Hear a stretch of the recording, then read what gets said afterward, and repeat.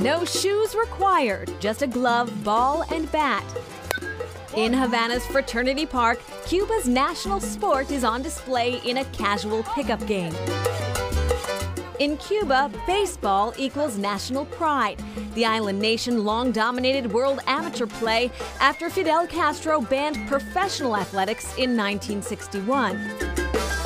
Castro used success in sports as a political tool, equating Cuban strength on the field and in the ring with the strength of socialist ideals.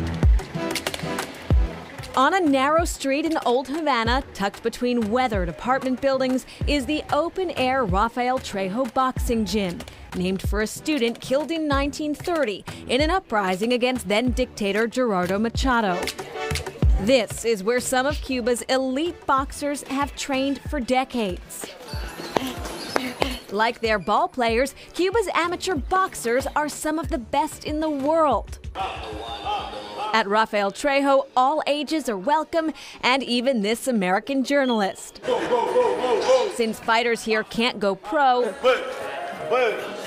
they're not competing for a payday, but for their country. Wilson Calvo, a boxer and coach, talks about sacrifices required like being away from family, but he also talks about the honor of a victory. La victoria, winner. The boxing program in Cuba is demanding. Promising athletes are identified at a young age. The sport here is highly technical, despite the threadbare equipment and tired facilities. Technique, not so good. Compliments on form don't come easy. Uno, dos? Yeah. Like, maybe. Maybe. Uno, dos. But Calvo's smile does. It's often said boxing is as much of a dance as it is a fight, and just as its athletes are revered, so are Cuba's dancers. Just movement is part of the language of the Cuban when they talk through the physical language and through the rhythm.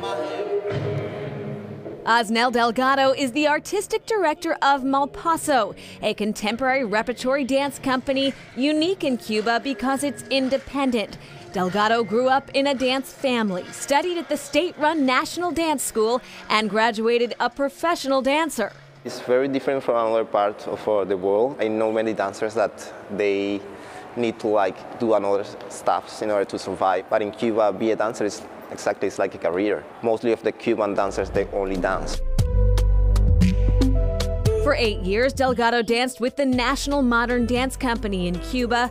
People told him it was a misstep, or Malpaso, when he decided to leave, start his own company, and push the boundaries of contemporary choreography. Supported by the Joyce Theater in New York City, Malpaso is now one of the most sought-after Cuban dance companies with a growing international profile. Their tour locations include, yes, Boston. When we go back to a city that we already know, we feel like in family some way. We have a very strong group of collaborators also in Boston. Delgado reaches back to traditional dance when developing new pieces. He describes the evolution of dance in Cuba, starting with couples dances. The first thing that I know that was like a traditional dance, let me show you. They walk like, the park or something with a partner. The men take the woman in this position and try to move just side, one, and then the salsa or the song that came after was most finding the tempo more strong in the legs, to swing the hips. Afro-Cuban dance is another inspiration. African rhythms and moves passed down from generation to generation with Spanish influences.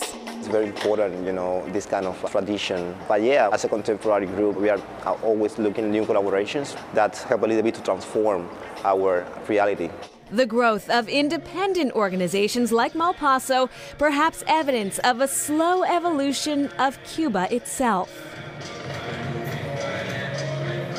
Malpaso's 2020 tour, including a stop in Massachusetts, was canceled due to COVID-19.